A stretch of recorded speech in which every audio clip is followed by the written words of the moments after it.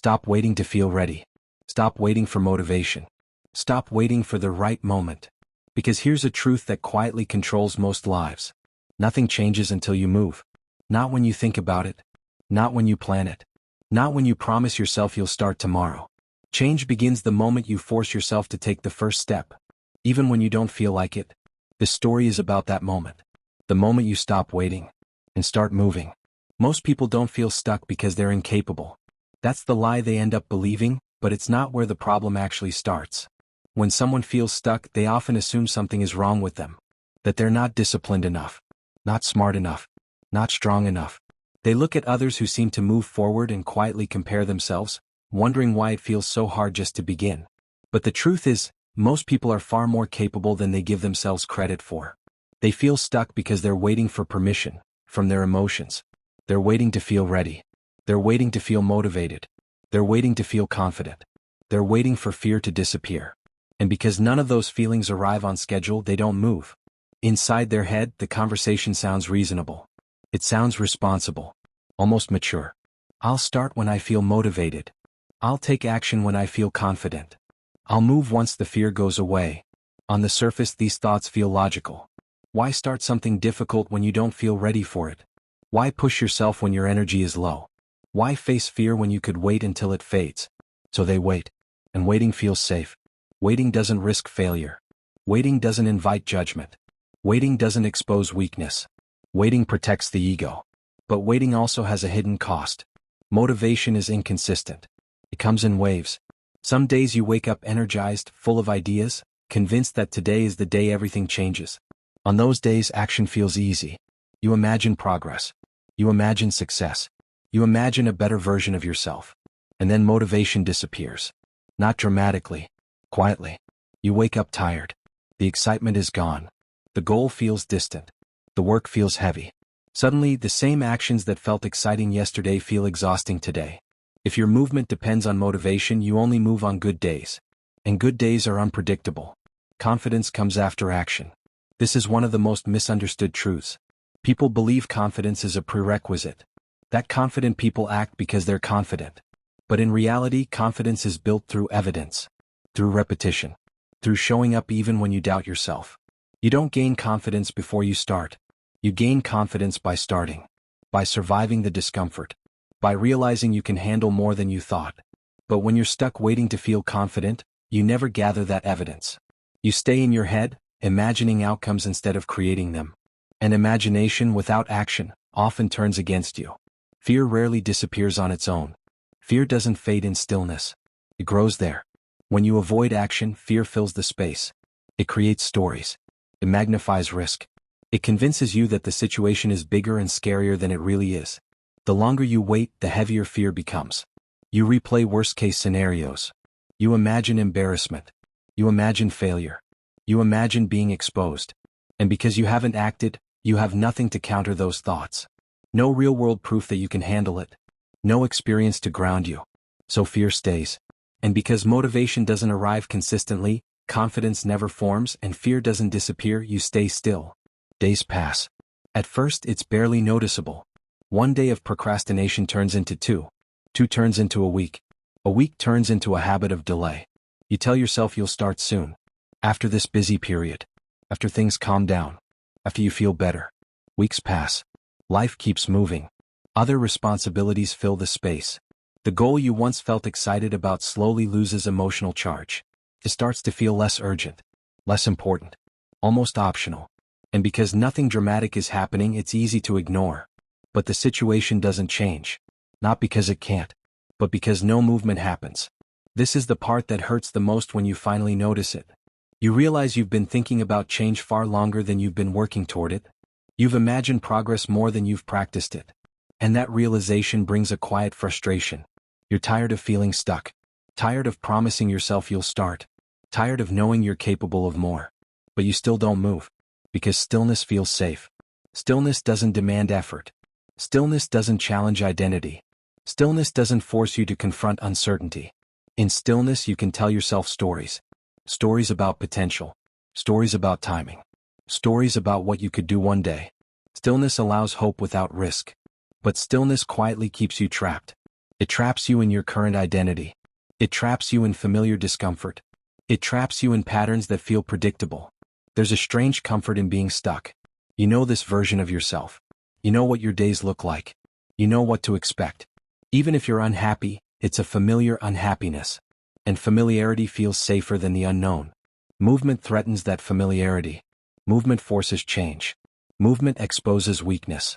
Movement creates uncertainty. So the mind resists it. And the resistance doesn't sound dramatic. It sounds reasonable. Now isn't the right time. I need to get my energy back first. I'll do it when things slow down. I just don't feel like myself lately. These thoughts feel compassionate. They feel patient. But when you listen closely, they all have one thing in common. They delay action. And delay becomes a habit. The longer you stay still, the harder movement feels. Not because the action itself became harder, but because your mind built it up. It turned a small step into a massive leap. It turned a manageable task into something intimidating. That's how people stay stuck for years. Not because they chose to fail, but because they kept waiting for the perfect internal state. Here's the shift most people never make. You don't need permission from your emotions to move. Emotions are signals, not commands. Feeling unmotivated doesn't mean you can't act. Feeling afraid doesn't mean you shouldn't move. Feeling uncertain doesn't mean you're not ready. It means you're human. Movement is what changes emotional states, not the other way around. When you move even a little, something shifts. Your body engages. Your attention narrows. Your mind stops spinning and starts focusing. The internal noise quiets, not because everything is solved, but because you're no longer stuck in thought. Action grounds you. Even small action. Standing up. Opening the document. Writing one sentence. Taking one step. These movements send a message to your brain: we're not stuck anymore. And once that message is sent, the internal state begins to change. Motivation follows. Confidence builds. Fear shrinks. But none of that happens in stillness. Stillness keeps you in conversation with doubt. Movement interrupts it. Most people don't need a breakthrough. They need momentum. And momentum doesn't come from waiting. It comes from starting imperfectly. From acting without permission. From choosing movement over comfort. You don't have to feel ready to move. You move to become ready. That's the truth hidden inside feeling stuck. You're not broken. You're not incapable. You're not behind. You're just waiting for a feeling that was never meant to lead you. The moment you stop asking, "Do I feel like it?"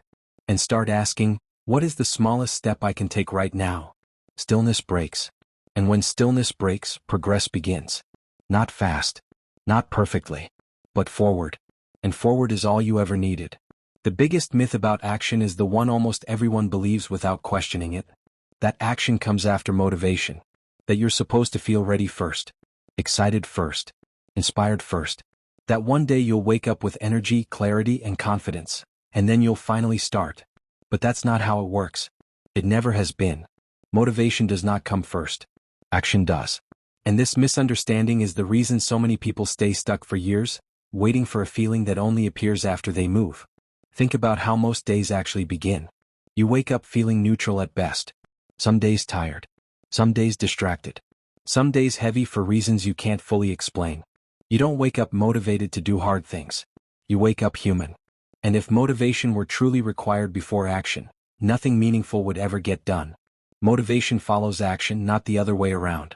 This is uncomfortable to accept because it removes the excuse of waiting. It means you can't blame the lack of feeling anymore. It means the responsibility shifts back to you. And that's where resistance shows up. Think about something simple. You don't feel motivated to clean your room while it's messy. You look around, see the clutter, and feel overwhelmed. The mess drains your energy. It makes you want to avoid the space altogether. Motivation is nowhere to be found. But then you pick up one thing. Just one. You move it where it belongs. And something subtle happens. The room doesn't change much, but you do. You feel slightly lighter. Slightly clearer. So you pick up another thing. And another. And before you realize it, you're moving with purpose. Not because motivation arrived magically, but because action created it. The same thing happens with work. You don't feel motivated to work while you're procrastinating. You sit there, scrolling, avoiding the task, and the longer you wait, the heavier it feels. Your mind creates stories. This is too much. I'm not focused right now. I'll do it later when I feel more productive. But later rarely comes. Because motivation doesn't show up in idle moments. It shows up inside motion. The moment you begin working, really begin, not just planning. Something shifts. Your mind engages. Your focus sharpens. Your resistance lowers. The task that felt impossible 5 minutes ago becomes manageable. Not easy, but possible. And possible is enough to keep going. You don't feel motivated to improve until you see yourself improving. That's the part people miss. They expect motivation to appear before progress, but motivation is actually a response to progress. It's the feeling that comes when your brain sees evidence. Evidence that effort leads somewhere. Evidence that you're capable. Evidence that change is happening. Without evidence, motivation has nothing to attach to. Waiting reverses the natural order. When you wait for motivation, you're asking your mind to feel excited about something it hasn't experienced yet. You're asking it to believe without proof. And the mind doesn't work that way. The mind believes what it sees. This is why waiting feels so frustrating. You tell yourself you'll start when you feel ready, but readiness never arrives. Days pass. Weeks pass. Months pass. And the longer you wait, the harder it feels to start. Not because the task got bigger. Because inertia got stronger. Action creates momentum. Momentum creates motivation. This is the real sequence. Momentum is simply movement in a direction. It doesn't need to be fast. It doesn't need to be perfect. It just needs to exist. Once momentum starts, motivation naturally follows because the brain loves progress. The brain is wired to reward movement. When you act, even in small ways, your brain releases signals that say, "This matters." Those signals turn into energy. That energy turns into focus. That focus turns into motivation. But none of that happens without the first step. Most people misunderstand motivation because they only notice it after it arrives. They think, "I suddenly felt motivated," without realizing what triggered it. They forget the small action they took just before the feeling showed up. The email they sent. The page they wrote. The walk they started reluctantly. Motivation didn't appear randomly. It was earned. Waiting feels logical, but it's a trap. It feels responsible to wait until you're in the right headspace. It feels smart to wait until you have more energy. But in reality, waiting teaches your brain a dangerous lesson. It teaches your brain that action depends on mood. And moods change constantly. When you let mood decide action, progress becomes unstable. Some days you move. Most days you don't. And inconsistency kills momentum. Action doesn't require confidence. Confidence is built by action. Action doesn't require clarity. Clarity comes from action. Action doesn't require motivation. Motivation follows after action. This is true whether people like it or not. Think about the times in your life when you felt most motivated. It was rarely before you started. It was during the process. When you saw results. When you felt progress. When you proved something to yourself. That feeling wasn't the cause. It was the effect. Waiting keeps you stuck in your head. Action pulls you into reality. And reality, even when it's imperfect, gives feedback. Feedback builds belief. Belief fuels motivation. The biggest cost of believing this myth is not just inaction. It's self-doubt. Every time you wait for motivation and don't act, your mind quietly learns something. I don't move unless I feel good. Over time, that becomes identity. I'm someone who struggles to start. I'm someone who lacks motivation. But those labels aren't truth. They're habits. Action breaks those habits. The first step doesn't need to be big. It just needs to be real. 5 minutes of work. One paragraph written. One small improvement. The goal of the first action isn't success. It's movement. Movement sends a message to your brain. I'm doing something. That message matters. Because the brain responds to behavior more than thoughts. Most people wait because they think starting means committing fully. It doesn't. Starting means testing. It means showing up without pressure. It means allowing yourself to begin badly. And bad beginnings are still beginnings. Action doesn't mean forcing intensity. It means allowing motion. There's a difference. Force without direction burns you out. Action with direction builds you up. Once you accept that motivation follows action, everything becomes simpler. You stop asking, "Do I feel like it?" And start asking, "What's the smallest step I can take right now?" That question cuts through resistance. The smallest step doesn't scare the mind. It doesn't trigger panic. It doesn't demand perfection. It just asks for participation. Participation changes your relationship with effort. You stop seeing effort as pain. You start seeing it as momentum. Over time, something interesting happens. You stop relying on motivation. Not because you don't enjoy it, but because you don't need it anymore. You trust the process. You know that if you start, motivation will show up eventually. And that trust creates calm. People who seem disciplined aren't waiting for motivation. They're acting on habit. They've learned, through repetition, that feelings are unreliable but processes are dependable. So they act first. They let motivation catch up. This doesn't mean you never feel resistance. You do. Everyone does. The difference is what you do next. You don't negotiate with resistance. You move through it. Action isn't about feeling powerful. It's about feeling willing. Willing to start without guarantees. Willing to move without applause. Willing to trust that momentum will come. When you act consistently, motivation becomes a bonus instead of a requirement. Some days it's there. Some days it's not. Either way you move. And movement compounds. This is why waiting fails. Waiting reverses the order. It demands motivation before action, clarity before movement, confidence before effort. And those things don't arrive without proof. Action is the proof. Once you internalize this, your relationship with progress changes. You stop romanticizing motivation. You stop chasing the feeling. You focus on the behavior. And behavior is something you can control. Even on bad days. Even when you're tired. Even when you're unsure. Especially then. Action creates momentum. Momentum creates motivation. This is not philosophy. It's reality. The moment you stop waiting and start moving even slightly, you break the loop. You step out of paralysis. You re-enter agency. You don't need to feel ready. You need to begin. Motivation will meet you on the way. Not before.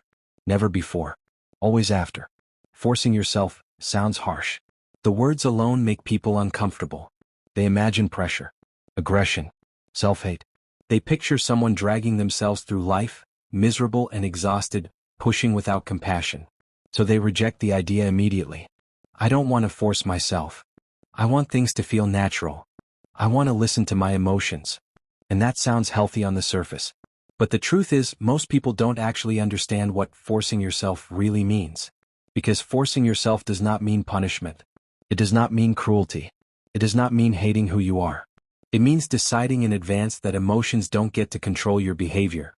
And that decision is one of the most important turning points in personal growth. Emotions feel powerful, but they are unreliable. They change constantly. They depend on sleep, food, stress, hormones, memories, weather, and 100 other things you can't fully control. Some days you wake up feeling strong, motivated, clear-headed. On those days, doing the right thing feels easy. You work harder. You're disciplined. You feel capable. You tell yourself, this is who I really am. But then there are other days. Days where you wake up feeling empty. Days where everything feels heavy. Days where nothing excites you. Days where even simple tasks feel overwhelming. And on those days, your emotions tell a very different story. Rest today. Skip this once. You deserve a break. Tomorrow will be better. If your actions depend on which emotion shows up that morning, your progress becomes accidental. You move forward only when you feel good. You stop when you don't. And because emotions are inconsistent, your growth becomes inconsistent too. This is why forcing yourself is necessary. Not because you're weak, but because emotions cannot be trusted to lead your life. Forcing yourself simply means this. You make the decision before the emotion arrives. You decide who you are and what you do on days when motivation is gone. You don't wait to feel like it. You don't negotiate every morning. You don't let resistance vote on your future. You already decided. There's a quiet moment where this becomes clear. You're standing there knowing exactly what you should do. The alarm goes off. The work is waiting. The habit you promised yourself is right in front of you. And you feel resistance. Not dramatic resistance. Just a subtle pull toward comfort. A heaviness in your body. A voice saying, not today. That resistance feels like a warning. Your mind interprets it as danger. This feels bad. We should stop. But resistance isn't danger. Resistance is unfamiliarity. Resistance is your nervous system reacting to change. Every old habit you're trying to break once kept you safe. Scrolling numbed discomfort. Avoidance reduced anxiety. Quitting protected you from failure. Your brain learned these patterns over years. So when you try to move differently, your brain pushes back. Not because you're doing something wrong, but because you're doing something new. And new always feels uncomfortable at first. This is where most people misread the situation. They feel resistance and assume it's a sign to stop. This feels wrong. This feels forced. Maybe this isn't for me. But resistance is not failure. Resistance is the first sign of growth. It's proof that you are stepping outside the old pattern. Forcing yourself to move does not mean ignoring your needs. It means acting despite discomfort, not despite damage. There's a difference. Pain that harms you is a signal to stop. Discomfort that challenges you is a signal you're changing. Most people never learn to tell the difference, so they quit early. Think about the first time you tried something difficult. Waking up early, working out, studying consistently, sitting with silence. It felt unnatural. It felt awkward. It felt forced. Not because it was wrong, because it was new. Your brain prefers predictability over progress. It would rather keep you stuck in a familiar struggle than risk an unfamiliar improvement. So when you force yourself to act, your brain protests. It creates excuses. It magnifies discomfort. It tells you stories about why this isn't sustainable. Those stories feel convincing. But they are not facts. They are resistance speaking. Forcing yourself is how you break the pattern of waiting. Waiting to feel motivated. Waiting to feel confident. Waiting to feel ready. Because if you wait for emotions to align perfectly, you will wait forever. There will always be days you don't feel like it. There will always be moments of doubt. There will always be discomfort before growth. Forcing yourself is choosing movement over mood. This doesn't mean you become robotic. It doesn't mean you never rest. It doesn't mean you ignore exhaustion. It means you don't let temporary emotions decide permanent outcomes. You respect your feelings, but you don't obey them blindly. There's a deep kind of self-respect that comes from this. When you force yourself to do what you said you would do, even when you don't feel like it, something shifts internally. You stop seeing yourself as someone controlled by mood. You start seeing yourself as someone who can be relied on. That trust builds quietly. At first, forcing yourself feels heavy. You notice every step. Every effort feels deliberate. Every action feels intentional. But over time, something changes. What once felt forced starts to feel familiar. What felt uncomfortable becomes normal. What felt hard becomes routine. Not because it got easier, but because you got stronger. People often say, I don't want to force myself. I want balance. But balance doesn't come from avoiding resistance. Balance comes from learning when to push and when to rest. And most people rest far more than they push. They confuse comfort with care. Forcing yourself is an act of long-term kindness. It's saying, I won't let today's discomfort steal tomorrow's progress. It's saying, I know this doesn't feel good now, but I trust where it leads. That trust is built through action, not feeling. Think about how many times you didn't feel like doing something but did it anyway. And afterward you were glad you did. The workout you almost skipped. The conversation you avoided. The task you procrastinated. The relief didn't come from the feeling beforehand. It came from the action afterward. That's the pattern. Action first. Emotion later. Not the other way around. When you force yourself to move despite resistance, you teach your brain a new lesson. We don't stop just because it's uncomfortable. We don't quit just because it's hard. We can handle this. That lesson changes how your brain responds to future challenges. Resistance becomes less intimidating. Discomfort becomes familiar. Fear loses its authority. People who grow consistently are not more motivated. They are less dependent on motivation.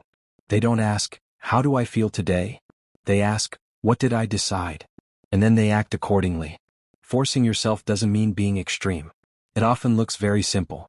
Getting out of bed when you want to stay. Starting the task without overthinking. Doing 10 minutes instead of waiting for an hour of motivation. Small forced actions break big patterns. There will still be days where forcing yourself feels unfair. Days where you feel tired of pushing. Days where you question why you're trying so hard. That's normal. Growth doesn't remove doubt. It teaches you to move with it. If you wait for resistance to disappear before you act, you'll never act. Resistance doesn't disappear first. It fades after you move. This is why forcing yourself is necessary. Because emotions are unreliable. Because comfort lies. Because progress requires action before confidence. Forcing yourself is not self-hate. It is self-leadership. It is choosing direction over drift. Every time you force yourself to act, you weaken the old pattern. Every time you give in to resistance, you strengthen it. That's the quiet math of change. So when resistance shows up, don't panic. Don't label it as failure. Don't assume you're doing something wrong. Recognize it for what it is. The first sign of growth. And then move anyway. That is how lives change. Not when it feels easy. Not when emotions cooperate. But when you decide that discomfort no longer gets the final say. Starting small is still movement. That truth doesn't sound powerful at first. It doesn't sound exciting or heroic. In a world that celebrates big wins, dramatic transformations, and overnight success, starting small feels almost insignificant. It feels like something you do when you're settling, when you're unsure, when you're not brave enough to go all in. But that belief is exactly what keeps so many people stuck. Most people aren't failing because they don't want change. They're failing because they believe change has to look dramatic to be real. They think action only counts if it's big, visible, and impressive. So when they can't give everything, they give nothing. And that's where paralysis begins. You felt it before. That heavy, frozen feeling when you know you should do something but the task feels too big, too overwhelming, too far from where you are right now. You sit there thinking about everything you should do, everything you need to fix, everything that's gone wrong so far. The weight of it all presses down on you. So you don't move. You tell yourself you'll start later. When you have more time, more energy, more confidence, more clarity. You wait for the perfect moment that never quite arrives. And the longer you wait, the heavier it feels. That's the trap. Not laziness. Not lack of discipline. Paralysis. Action doesn't need to be dramatic. It just needs to be real. Real action is often quiet. It doesn't announce itself. It doesn't feel powerful in the moment. Sometimes it even feels disappointing, like you're doing less than you should be. 1 page. 5 minutes. One small step forward. It doesn't look like much. No one would clap for it. No one would call it impressive. But something important happens the moment you do it. You move. And movement changes everything. When you're stuck, your mind convinces you that you can't. It repeats the same story over and over. I'm behind. I'm overwhelmed. I don't know where to start. It's too late. I'm not ready. Those thoughts feel true because they're uninterrupted. But the moment you take even the smallest action, the story changes. Not magically. Not instantly. But subtly. You read 1 page and suddenly you're no longer someone who can't start. You sit for 5 minutes and suddenly you're no longer completely avoiding the task. You take 1 step forward and the wall in front of you cracks just enough to let some light in. Movement breaks paralysis. It interrupts the mental loop. It shifts your brain from thinking mode to doing mode. From fear to focus. From imagination to reality. You're no longer stuck in I can't. You're now in I'm doing.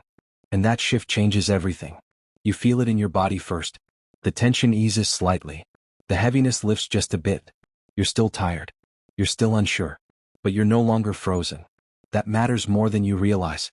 Because paralysis feeds on stillness. The longer you don't move, the stronger it becomes. But paralysis weakens the moment you act. Even slightly.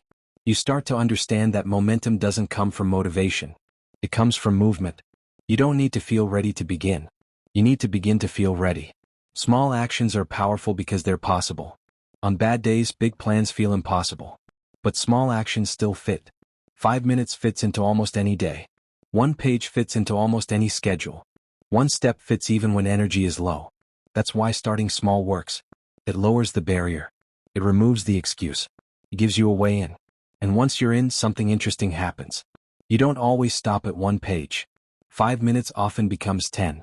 1 step makes the next step easier. Not because you forced yourself, but because movement creates momentum. Your mind starts cooperating instead of resisting. It stops screaming I can't, and starts asking, what's next? The fear doesn't disappear, but it quiets down. The doubt doesn't vanish, but it loses its grip. You begin trusting yourself again. Trust doesn't come from big promises. It comes from small follow-through. Every time you show up in a small way, your brain takes note.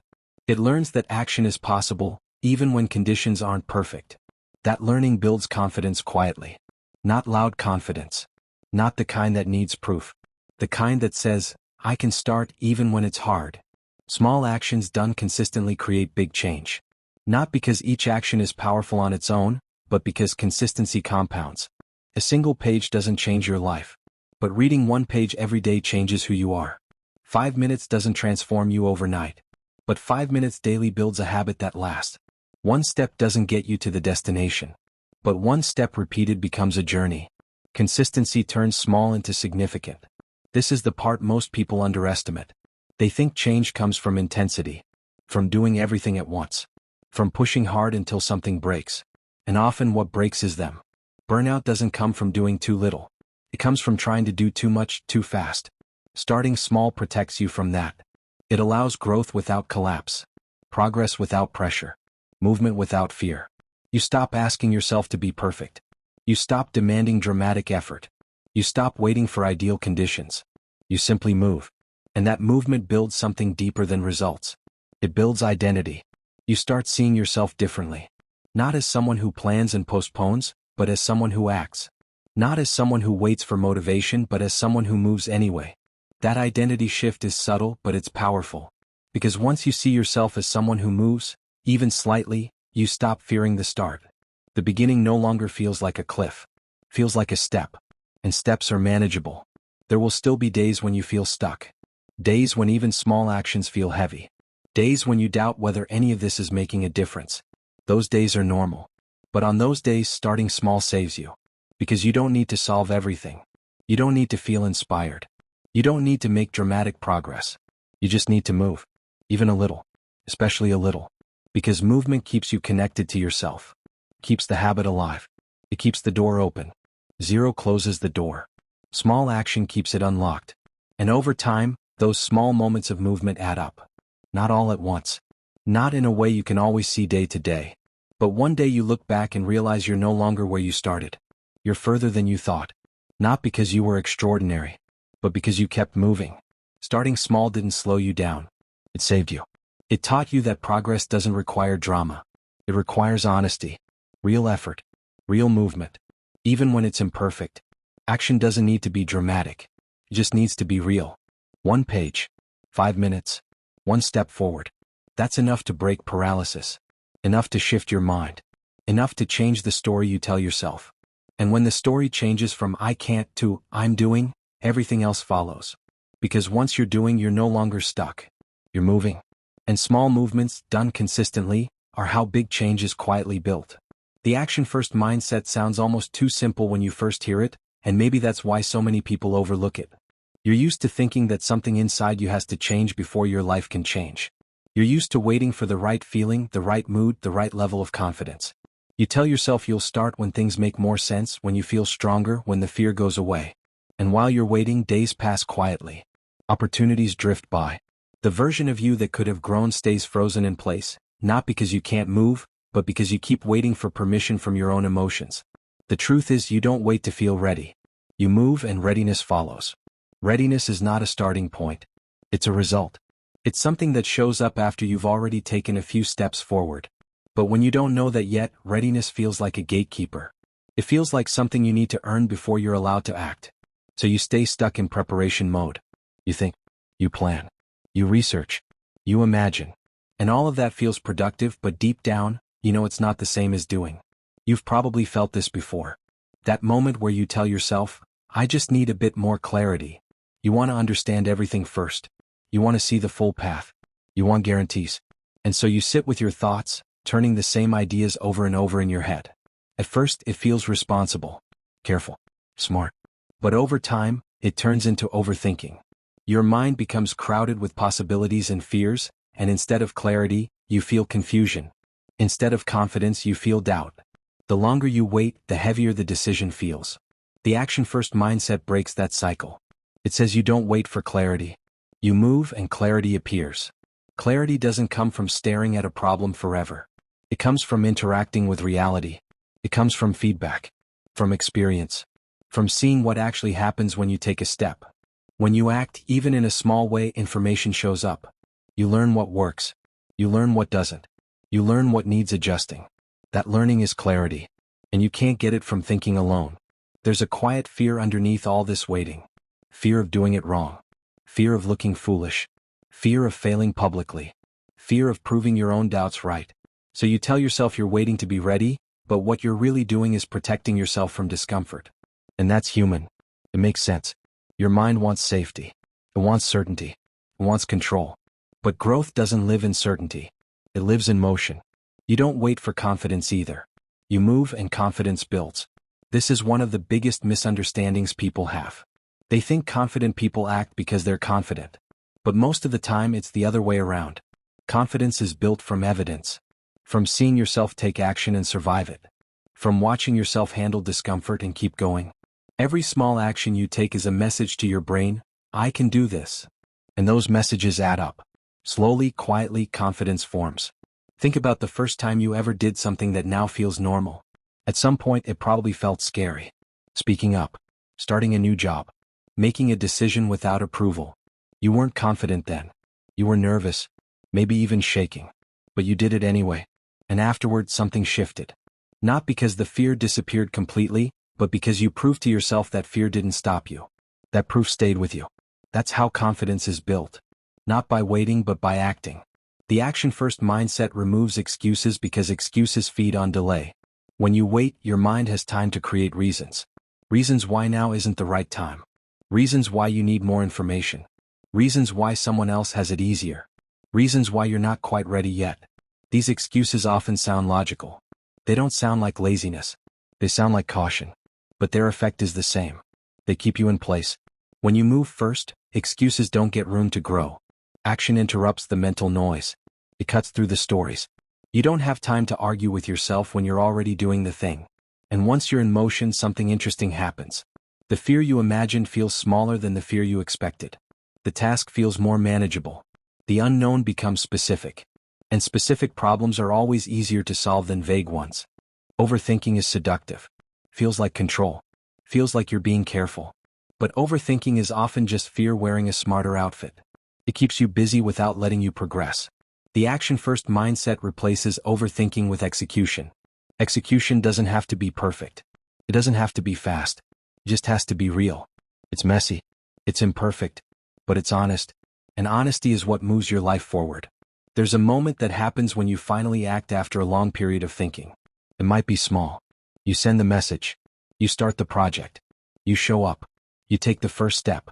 And even if it doesn't go perfectly, there's a sense of relief. Like a pressure valve releasing.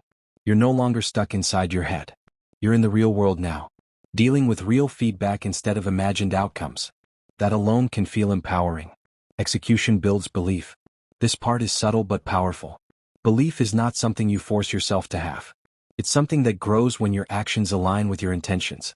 Every time you act despite fear, you strengthen your belief in yourself. Not in a loud, dramatic way. In a quiet, steady way. You begin to trust that you can handle things. You begin to see yourself as someone who moves instead of freezes. And that belief changes how you approach the next challenge. At first, the action-first mindset can feel uncomfortable because it removes your favorite hiding places.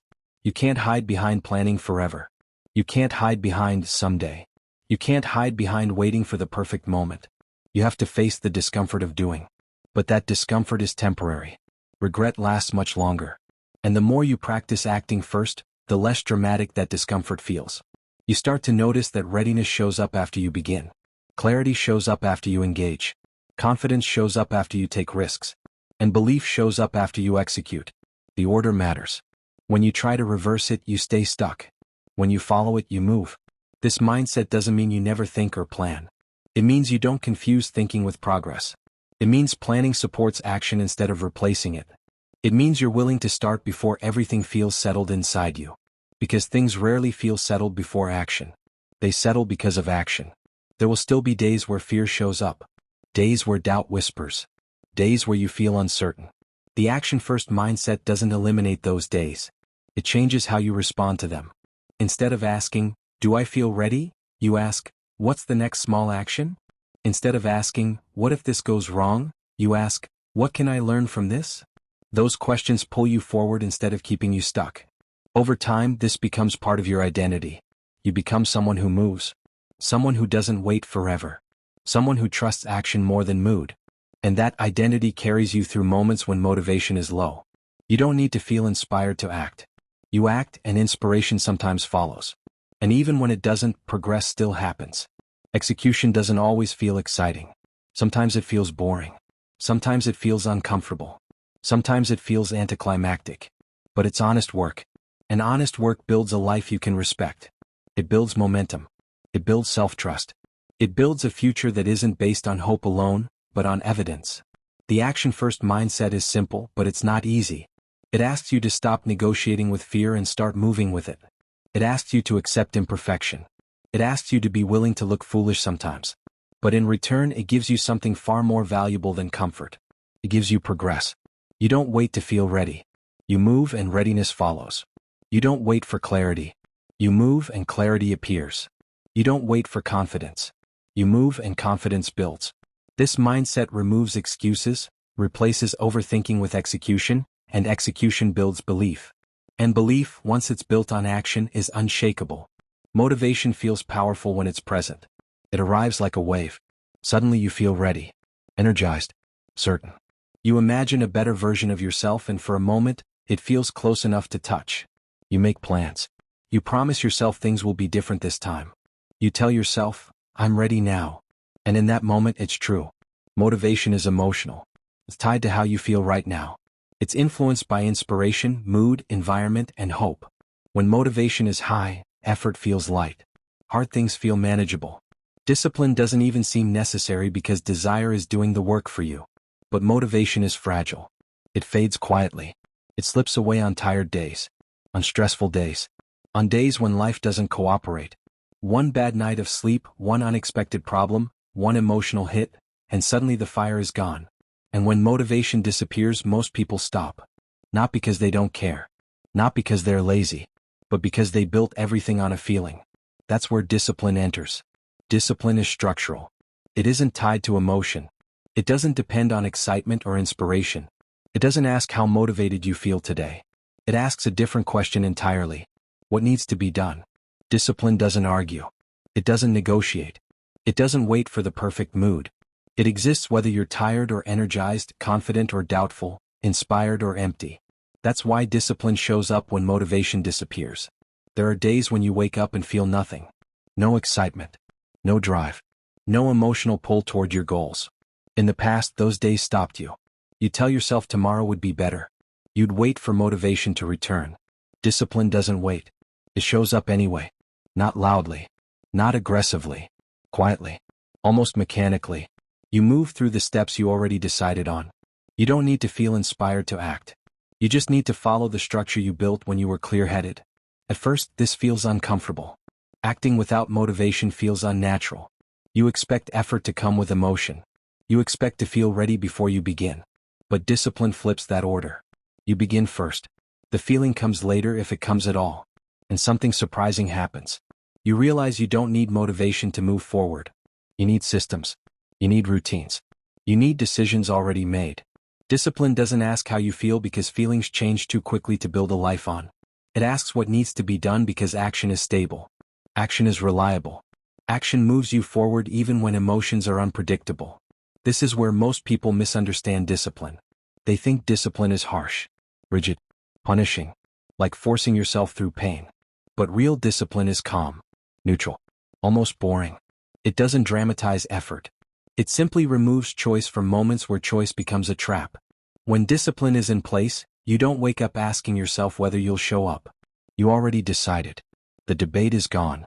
The energy that used to be spent arguing with yourself is now free. That freedom is underrated.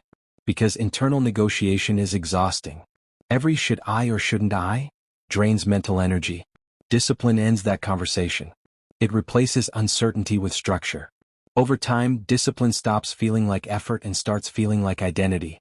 At first, you're someone who tries. You try to be consistent. You try to stay focused. You try to improve. Trying feels noble, but it's unstable. Trying depends on circumstances, on mood, on whether the day feels manageable. Trying means you're still negotiating with yourself. Discipline changes that. With repetition, structure becomes habit. Habit becomes routine. Routine becomes identity. And one day, without realizing when it happened, you stop thinking of yourself as someone who's trying. You become someone who acts. You don't announce it. You don't feel a sudden shift. You just notice that your behavior is different.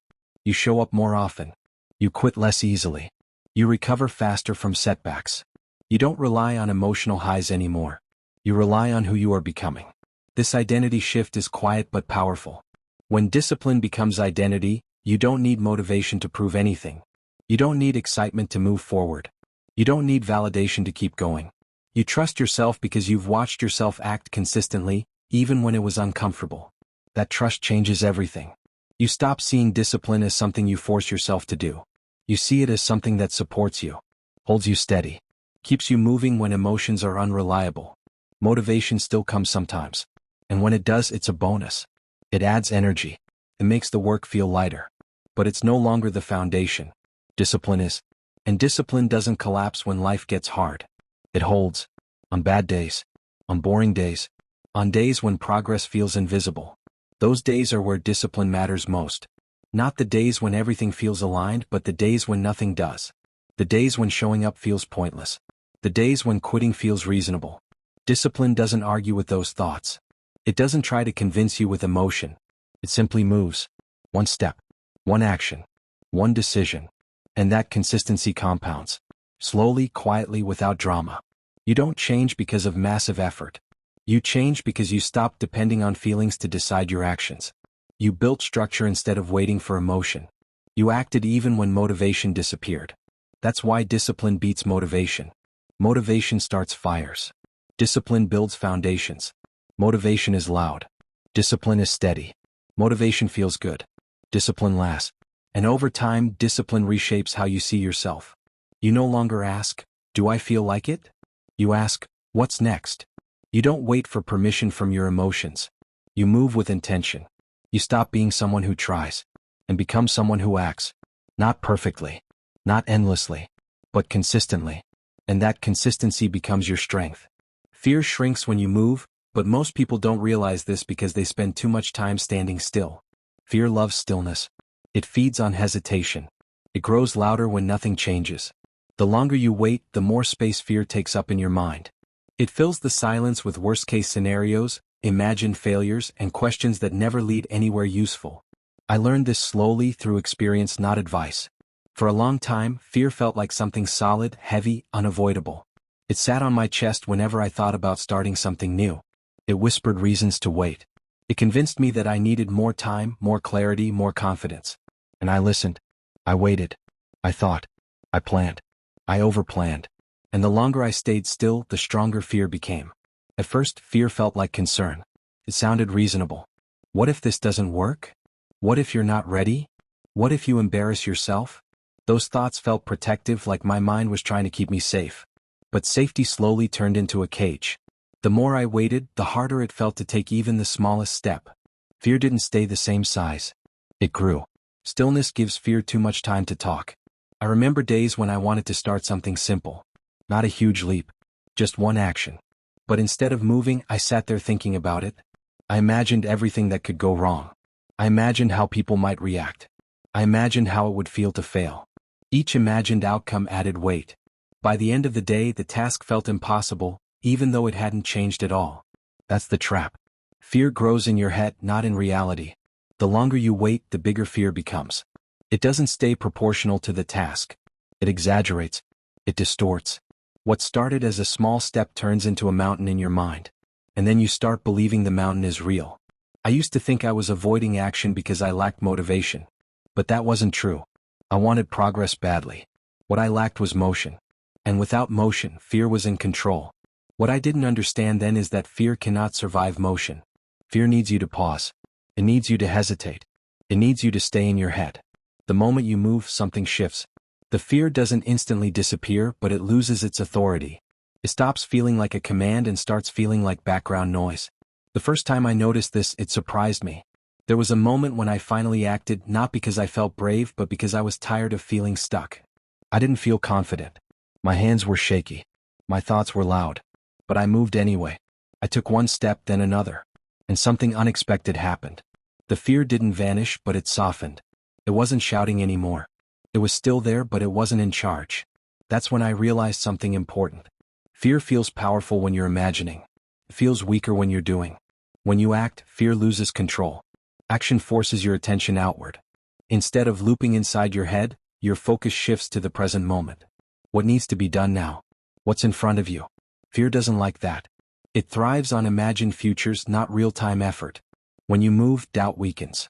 Doubt is fueled by uncertainty. When you haven't started, everything feels uncertain. You don't know if you can handle it because you haven't tested yourself yet. So doubt fills the gap. But action answers questions that thinking never can. I noticed that once I started doing something, even imperfectly, doubts began to fade. Not because everything went perfectly, but because I was learning. I was seeing reality instead of guessing it. And reality was rarely as terrifying as my imagination had made it. Doubt needs distance. Action closes that distance. When you start, anxiety quiets. Anxiety doesn't always come from danger. Often it comes from anticipation. Waiting. Thinking. Replaying scenarios.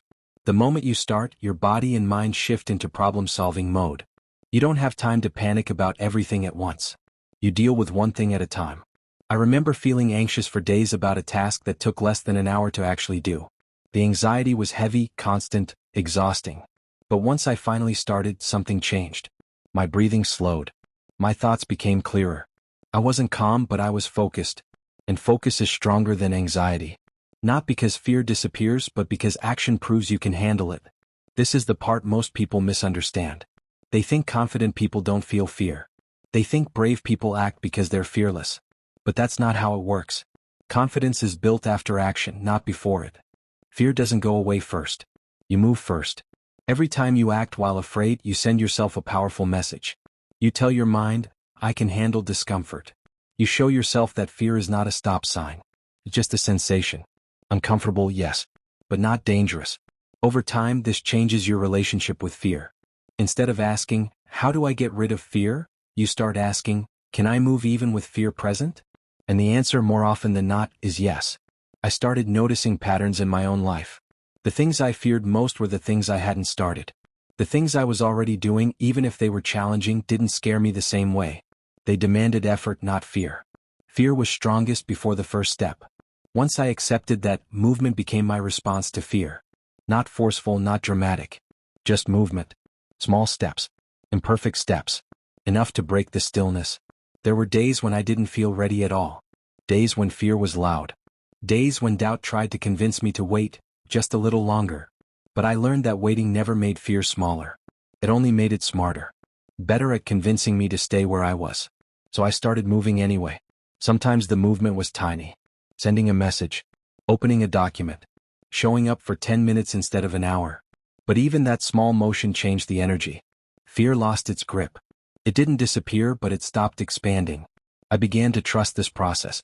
Whenever fear showed up, instead of trying to fight it or analyze it, I asked myself one simple question. What is the smallest step I can take right now? That question saved me countless times. It shifted my focus from emotion to action. From imagination to reality. From paralysis to progress.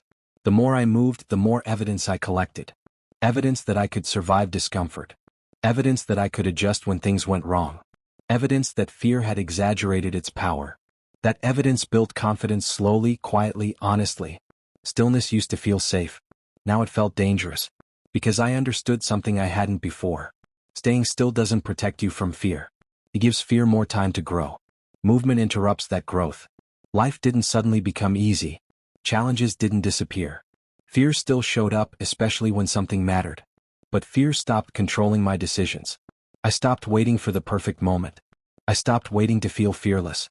I stopped waiting for certainty. I moved. And with every movement, fear shrank just enough to remind me that it was never as strong as it claimed to be. This changed how I approached everything. Conversations I was avoiding. Opportunities one was delaying. Decisions I was overthinking. Instead of staying stuck in my head, I leaned into action. Not reckless action. Intentional action. Honest action. There were times when I moved and things didn't work out. That still happened. But even then, fear didn't win. Because I learned something valuable each time. I learned that action gives you information. Stillness gives you stories. Stories are often scarier than reality. I became more comfortable with starting before I felt ready. With being a beginner. With not knowing everything. Fear tried to shame me for that at first, but it couldn't keep up with movement. Fear needs you to believe you can't handle what's ahead. Action proves otherwise. Over time, fear stopped feeling like an enemy. It became a signal. A sign that I was standing at the edge of growth. A reminder that something mattered. And instead of stepping back, I stepped forward. That's when fear really lost its power. Because fear doesn't shrink when you understand it. Fear doesn't shrink when you analyze it. Fear doesn't shrink when you wait for it to go away. Fear shrinks when you move.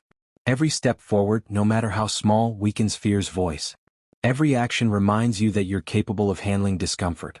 Every start quiets anxiety just enough to keep going. Not because fear disappears, but because you stop letting it decide. And once you experience that shift, it changes you. You stop seeing fear as a wall and start seeing it as a door. A door that only opens when you move toward it. That's how growth begins. Not in confidence. Not in certainty. But in motion. Consistency creates confidence, but most people don't believe that at first. They think confidence is a personality trait. Something you're born with or without. something loud people have and quiet people don't. They look at confident people and assume it's charisma, luck, or fearlessness. But confidence isn't personality. It's proof. And proof is built quietly, over time, in moments no one applauds. There was probably a time when you didn't trust yourself very much. You made plans and broke them. You promised yourself you'd start tomorrow, and tomorrow kept moving further away. You felt capable in your mind but inconsistent in your actions. That gap hurt more than you admitted. It wasn't that you didn't believe in your potential. It was that you didn't believe in your follow-through. And without realizing it, that doubt shaped how you showed up in life. You hesitated more. You second-guessed decisions.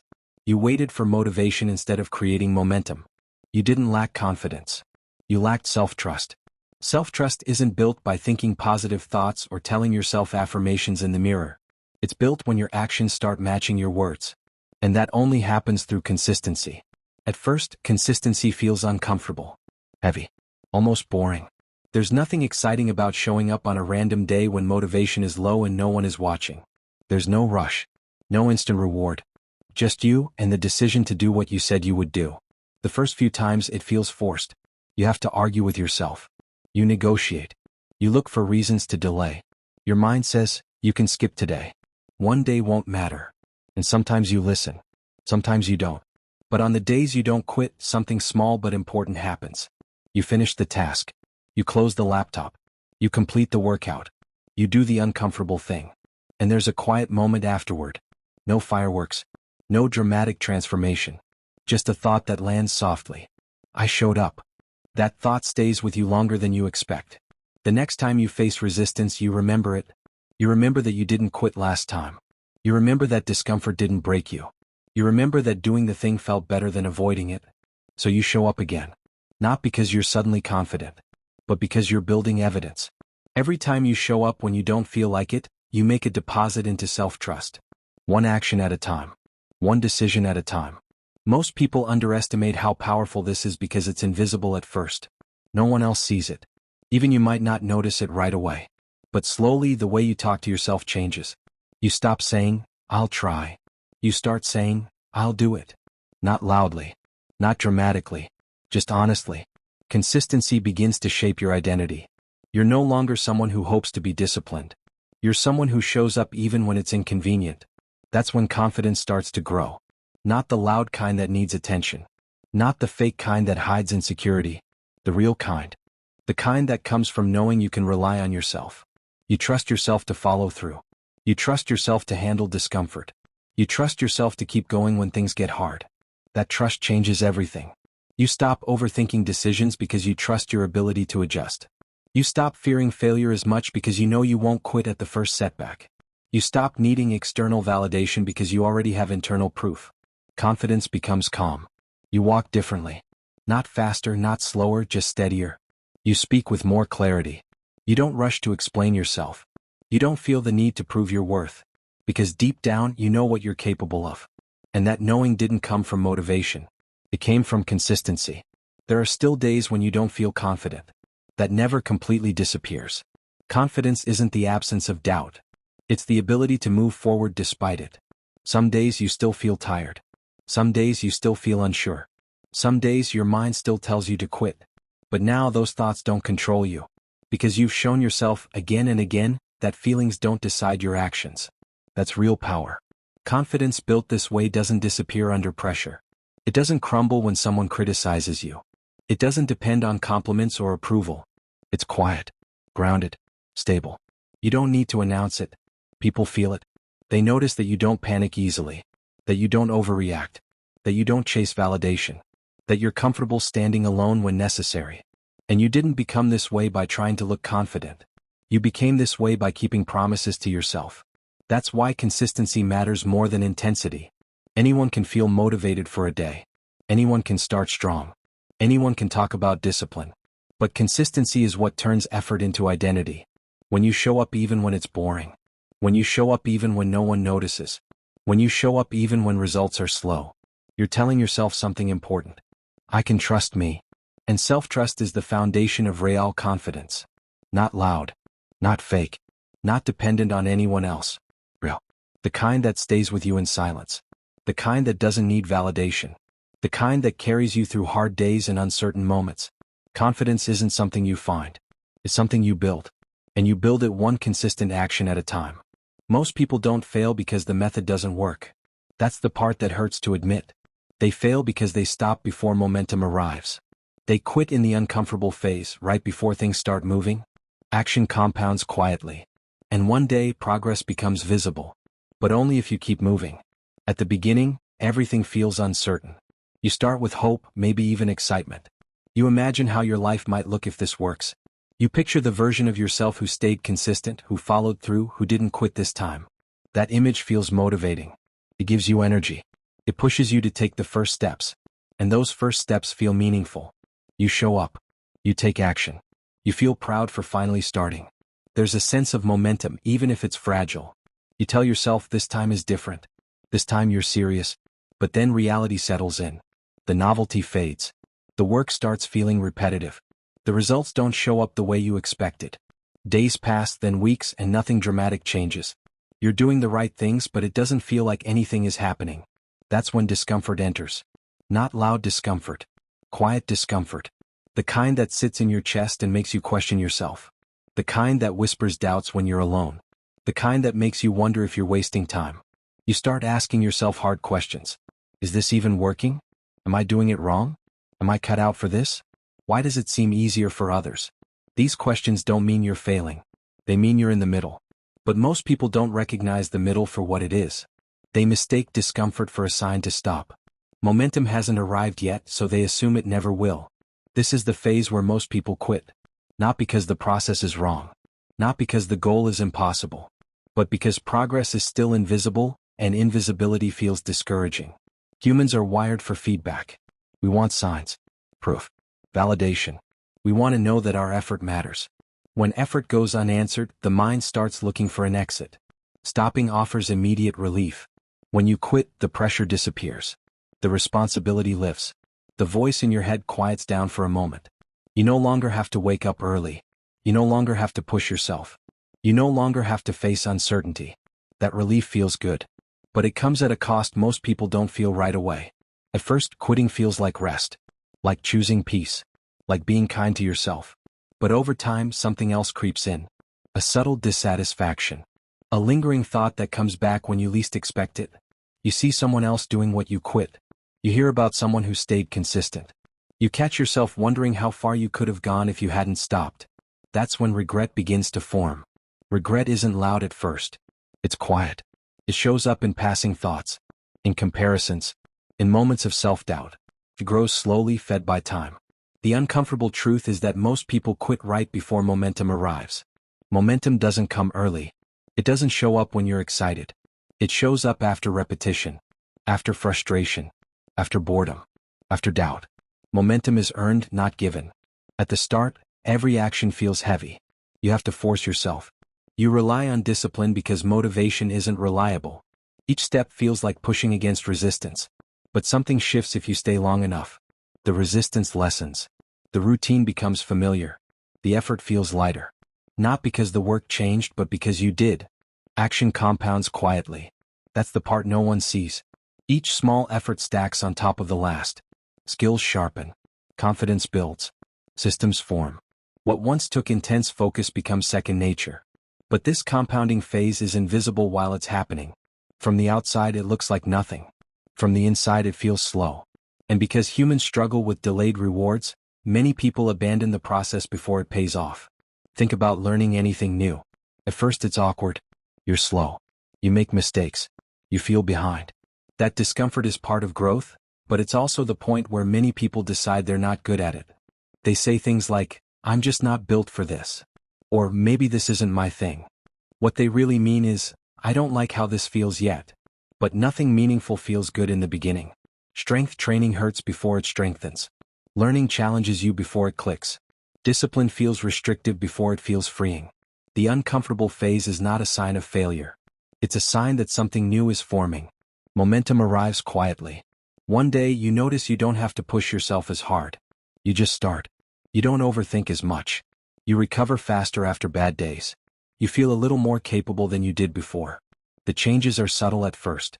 Almost easy to ignore. But they matter. Then something else happens. Results start showing up. Not dramatic results. Small ones. A little progress. A small win. A sign that what you're doing is working. That sign feels powerful not because it's huge but because it confirms your effort wasn't wasted. That's when motivation returns. Not the fragile kind that depends on excitement. The grounded kind that comes from evidence. From seeing that your actions have consequences. This is momentum.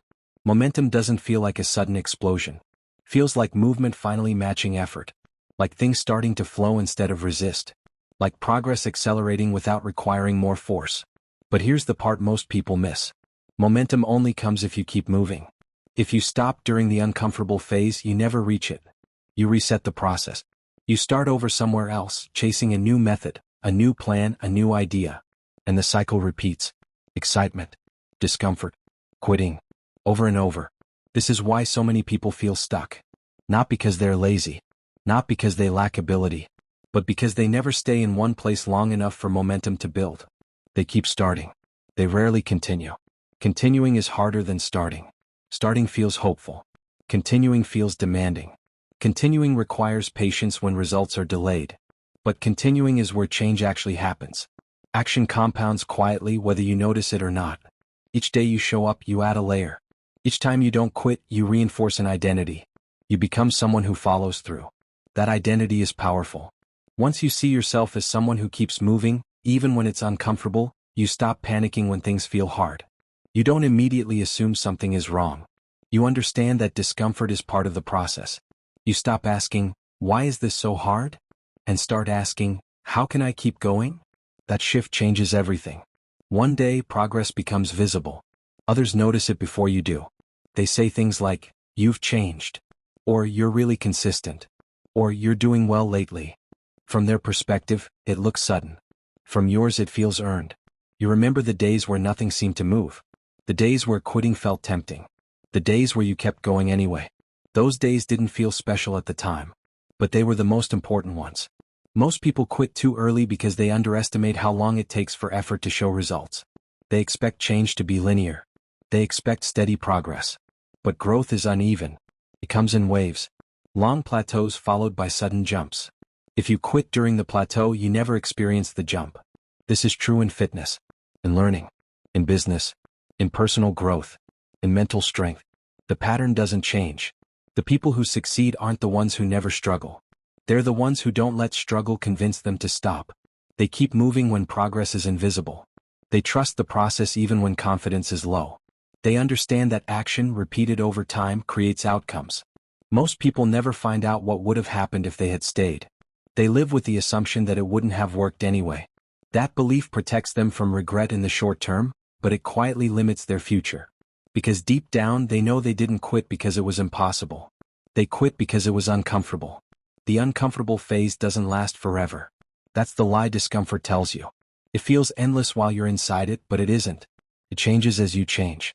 Momentum arrives when effort becomes familiar. When discipline becomes routine. When fear loses its grip because you've faced it enough times. And when momentum arrives, everything feels different. Work feels lighter. Progress feels faster. Confidence feels steadier. Not because life got easier, but because you stayed long enough to grow into the challenge. Most people don't fail because the method doesn't work. They fail because they stop before momentum arrives. They quit right before things start moving. Action compounds quietly. Every step counts even when it doesn't feel like it. Every day you keep going, you move closer to visibility. And one day progress becomes obvious. But only if you keep moving. Here's the truth. The next hour will pass anyway. The next day will pass anyway. The next year will pass anyway. Time doesn't wait for clarity. It doesn't slow down when you're unsure. It doesn't pause while you gather courage. It keeps moving, steady and quiet, whether you feel ready or not. You can feel stuck, overwhelmed, afraid, or exhausted, and time will still move forward without asking how you feel about it. That's often the hardest realization. Not that life is difficult, but that it doesn't stop for difficulty. An hour from now will arrive whether you take action or not. Tomorrow will come whether you make progress or stay frozen. A year from now will exist whether you changed your habits or repeated the same ones. Time is neutral. It doesn't judge. It just passes. And that truth can feel heavy. Because once you really see it, you understand something else. Waiting doesn't protect you. Standing still doesn't keep you safe. It just lets time pass while nothing changes. You can stay still, or you can move. Staying still feels comfortable at first. There's no risk in it. No embarrassment. No chance of failure. Staying still lets you keep everything exactly as it is. Even if as it is isn't what you want, at least it's familiar. At least you know how to survive there. Staying still often disguises itself as thinking, planning, preparing. You tell yourself you're waiting for the right moment, the right energy, the right confidence. You say you're being careful, responsible, patient. But deep down you know the truth. Stillness has turned into avoidance. Avoidance of discomfort. Avoidance of uncertainty. Avoidance of the possibility that you might try and not immediately succeed. So you pause. You hesitate. You delay. And the hour passes anyway. Moving feels different. Moving doesn't promise safety. It doesn't guarantee success. It doesn't make fear disappear. In fact, movement often brings fear to the surface. It exposes doubts you were able to ignore while standing still. It challenges the identity you built around staying comfortable. That's why movement feels so hard. But movement doesn't require confidence. It requires willingness. Willingness to take one step without knowing exactly where it will lead. Willingness to act even while your mind is full of questions. Willingness to accept that progress rarely feels clean or controlled. You don't move perfectly. You don't move fearlessly. You just move forward. Forward can be small. It can be one decision you've been avoiding. One conversation you've been postponing. One habit you finally begin. One honest moment with yourself where you stop pretending you don't know what needs to change. Forward doesn't have to impress anyone. It just has to exist. Most people wait for a feeling before they move. They wait for motivation, inspiration, confidence, a sudden sense of certainty. They believe movement comes after feeling ready. But real life works in the opposite direction. Movement creates readiness. When you force yourself to move, something shifts internally. Your mind stops spinning in circles and starts focusing on action. Your fear, instead of growing larger, becomes more specific, more manageable, more real. Fear is worst when nothing is happening. When you stay still, your imagination runs wild. It creates endless scenarios, endless doubts, endless reasons why now isn't the right time. Stillness gives fear too much space. Movement gives fear boundaries. It turns vague anxiety into specific challenges. And specific challenges can be handled. The moment you force yourself to move is the moment your life starts changing. Not because everything improves instantly. Not because problems disappear. Not because you suddenly feel strong. But because you've broken the pattern. You've interrupted the cycle of waiting. That moment matters more than you realize. It's the moment you stop being someone who only thinks about change and become someone who participates in it. It's the moment you stop negotiating with your excuses and start acting despite them. It's the moment you send a signal to yourself that your life is worth effort. At first, the change is subtle. You don't wake up transformed. Your circumstances don't magically improve. Your doubts don't vanish. But something internal shifts. You feel a small sense of momentum. A quiet awareness that you didn't stay frozen. That you didn't let fear decide for you this time. That you did something even if it was imperfect. That feeling grows. Movement builds trust with yourself. Every small step is a promise kept. And when you keep promises to yourself, even small ones, your confidence grows naturally. Not the loud kind. The steady kind. You begin to trust that you can handle discomfort. That you can take action without everything being clear. That you can move forward even while fear is present. This is how change actually happens. Not through big dramatic decisions, but through repeated moments of choosing movement over stillness. There will be days when movement feels heavy.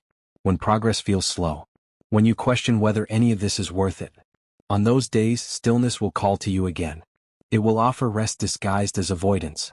Comfort disguised as patience. And sometimes rest is necessary. But there's a difference between resting and hiding. Rest prepares you to move again. Hiding keeps you stuck. Learning to tell the difference is part of growth. The next day will pass anyway. Tomorrow will arrive whether you show up or not. Whether you continue or quit. Whether you move or stay still. And when it does, you'll either carry the quiet pride of having taken a step, or the familiar weight of knowing you didn't. Neither feeling disappears easily. The next year will pass anyway. A year from now you'll look back at this version of yourself. The one standing at the edge of change. The one feeling unsure but aware. The one who knows movement is necessary but hasn't fully committed yet. That future version of you will be shaped by what you do next. Not by what you plan. Not by what you hope. By what you move toward. You don't need a perfect path. You don't need fearless confidence. You don't need to know how it all ends. You need motion. Motion creates clarity. Motion builds strength. Motion changes direction. Life doesn't reward perfection. It responds to movement. Even slow movement counts. Even shaky movement counts. Even uncertain movement counts. As long as it's forward. The moment you force yourself to move, despite fear, despite doubt, despite discomfort, is the moment you take back control from time. You stop being someone life happens to and become someone who participates in their own becoming. That moment doesn't announce itself loudly. It often feels quiet, ordinary, almost anticlimactic. But it's real. And it's powerful. Because from that moment on, time is no longer just passing. It's being used. And that is how your life starts changing. You don't need motivation. You don't need confidence. You don't need permission. You need movement. Force yourself to move. Action first. Everything else follows. That's the mindset. And that's how progress begins.